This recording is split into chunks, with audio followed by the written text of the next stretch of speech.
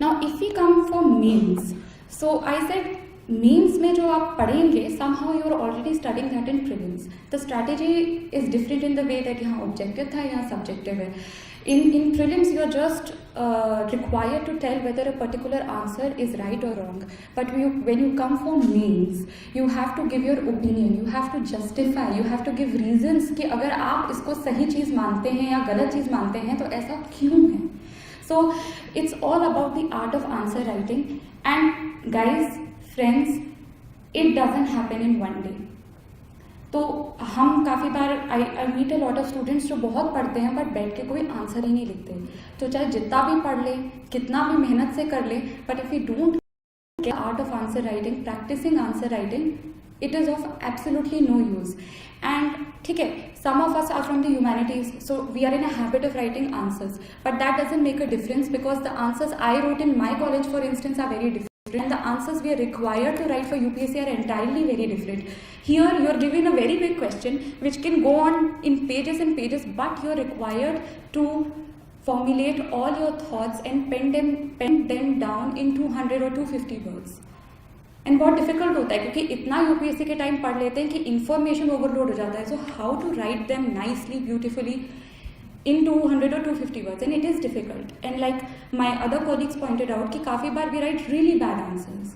And again a thing which happens in answer writing is घर पे तो हमने 2-3 घंटा लगा के एक बहुत अच्छा आंसर लिख लिया, बट एग्जामिनेशन पॉइंट पे आपको 3 घंटे में 20, कभी किसी पेपर में 20 क्वेश्चंस होते हैं, कभी 25 होते हैं. 20 to 25 questions you have to write answers in 200-250 words in 3 hours. सोचो कितना बड़ा चैलेंज है सामने और उसके लिए कितनी प्रैक्टिस चाहिए. सो अगेन इसके लिए अगर आप मेंस टेस्ट सीरीज ज्वाइन करेंगे तो रोज आपकी आई थिंक एक हफ्ते में एक एग्जाम होगी. आप एग्जामिनेशन सिचुएशन में there will be people who will snatch your paper in 3 hours. So you will be in tune की कैसे 3 घंटे में 20 से 25 क्वेश्चन 200 वर्ड में आप लिख सकते हैं. And I can tell you from my own experience कि जब मैंने अपनी first mock mains test series दी थी, 20 क्वेश्चन थे, in 3 hours I could only write 14 answers.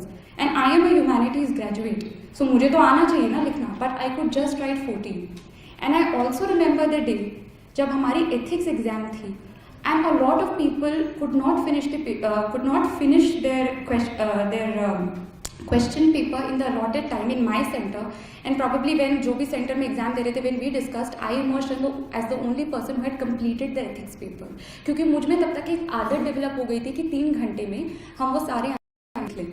So that is how test series में वो एग्जामिनेशन कंडीशन में लेना बहुत इंपॉर्टेंट है. सेकेंडली जो टेस्ट सीरीज कंडक्ट करा रहे हैं, for instance KST, they are very old players, they know क्या ट्रेंड है, क्या पूछा जाएगा अभी इस साल में, क्या इंपॉर्टेंट है, what are the likely topics to be tested. तो आप जब टेस्ट देने जाएंगे तो आपको भी पता चलेगा अच्छा इस टॉपिक से क्वेश्चन आ रहा है, so probably this is important. It will also give you direction कि चलो इस पर फोकस करना है, ये these topics are not seeming that important, तो we can give it a rest. So that is how it is. That is how taking test series helps. Similarly, ऐसे का भी सेम होता है. ऐसे हम जितना प्रैक्टिस करेंगे, अभी जैसे मान लीजिए अगले साल प्रीलिम्स दे रहे हैं तो हर 15 दिन में एक ऐसे लिखो, जिससे एक आइडिया लगे कि हम ऐसे लिखते कैसे हैं, how do we formulate it. And I since we are discussing answer writing, I hope all of you have this booklet with you. So I know it is very difficult और हम सब तो बोलते रहेंगे, बट एक्चुअली लिखना कैसे है वो मैं थोड़ा हेल्प करना चाहूँगी इसमें. It's not the correct answer और द बेस्ट आंसर और the only answer, but just कि मैं कैसे अप्रोच करती अगर मैं ये क्वेश्चन पढ़ती. So in this booklet if we look at the first question, paper 1, critically discuss the strategy of territorial integration in post-independent era.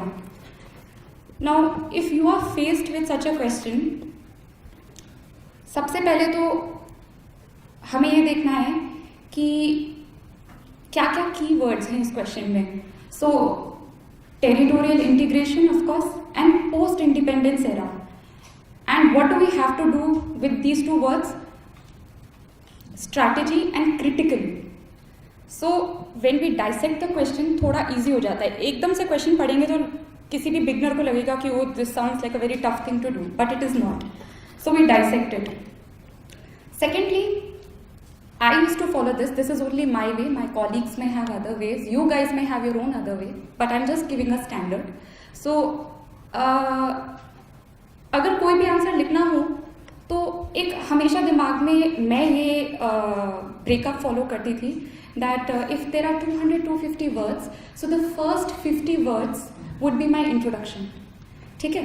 The next 100 to 120 words would be my main body and the last 20-30 words will be my conclusion.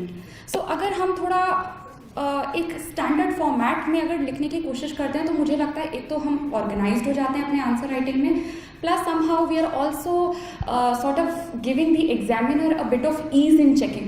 उसको भी एक he will expect कि क्या करने वाला है, पहले introduce करेगा, अपने पॉइंट्स लिखेगा and he will conclude finally what ever he और शी हैज टू से. Right. So if you look at this question, strategy of territorial integration in post independent era.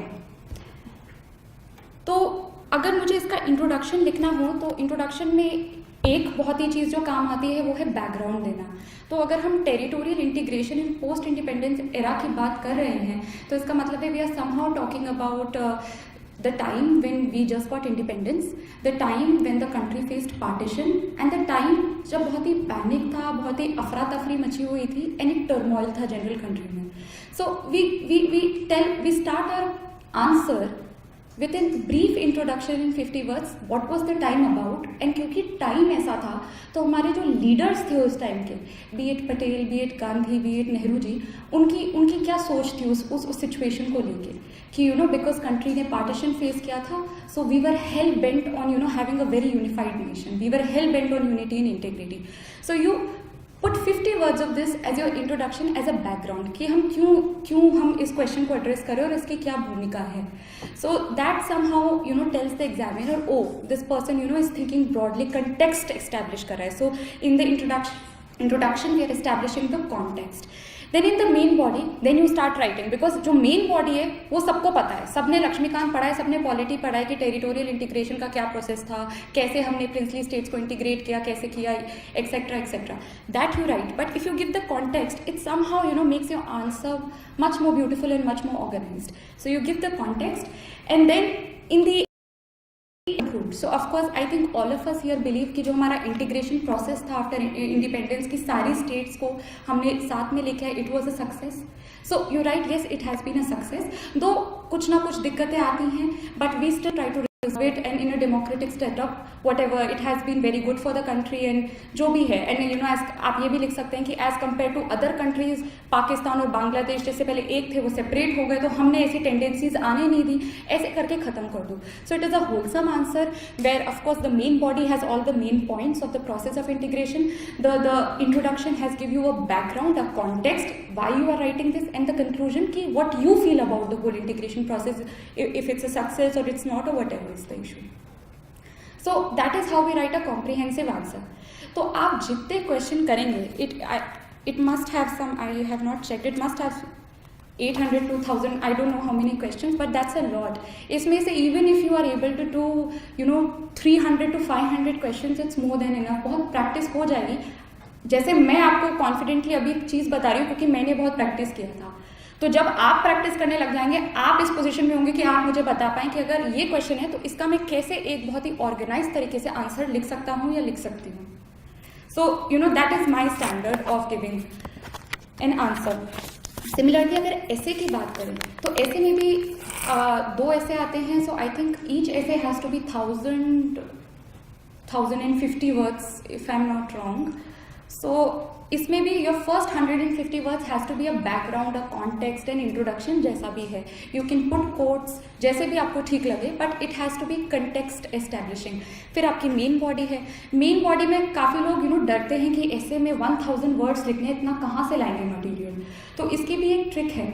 मान लीजिए कोई भी इशू हो, like author was talking about media being the fourth pillar of democracy. अगर आप वही topic पे हम बात करते हैं तो कोई, चाहे ये टॉपिक हो या कोई और भी हो, तो डेमोक्रेसी, अगर आप वही टॉपिक पे हम बात करते हैं तो कोई, चाहे ये टॉपिक हो या कोई और भी हो, तो if we want to have more points and we want to tell the examiner that listen, I am a person who has a very broad vision, a broad horizon, and मेरी multiple points of view वाली thinking है, मेरी narrow thinking नहीं है। तो ये दिखाने के लिए हम क्या कर सकते हैं, जो भी इशू हो उसको एनालाइज करो कि पॉलिटिकली उसका क्या इम्प्लीकेशन है, इकोनॉमिकली उसका क्या इम्प्लीकेशन है, सोशली क्या है, sociologically, philosophically, individually, society level पे क्या इम्प्लीकेशन है। तो आप जब खुद ये अपने दिमाग में डायमेंशंस रखेंगे ना, आप खुद सोचने लगेंगे अच्छा ये टॉपिक है, अच्छा पॉलिटिकली तो इसका ये इम्पैक्ट हो सकता है, अच्छा सोसाइटी के लेवल पे दिक्कत आ सकती है। तो खुद आप एनालाइज करेंगे और आप लिखेंगे, आपका आंसर की वर्ड लिमिट आराम से बढ़ जाएगी। को ये प्रूव कर देंगे कि देखो ये बंदा extra ordinary in the sense कि ये बंदा सिर्फ एक थिंकिंग नहीं रखता, इसकी मल्टीपल ब्रॉड थिंकिंग है, ये हर लेवल ऑफ सोसाइटी की तरफ से सोचने की हिम्मत रखता है। And that is what UPSC is looking for. They want people who don't only think from where they come from, they have the capacity to think from every side, every strata of society. तो ये हम अपने answers में भी ये capacity, ये capability develop करते हैं।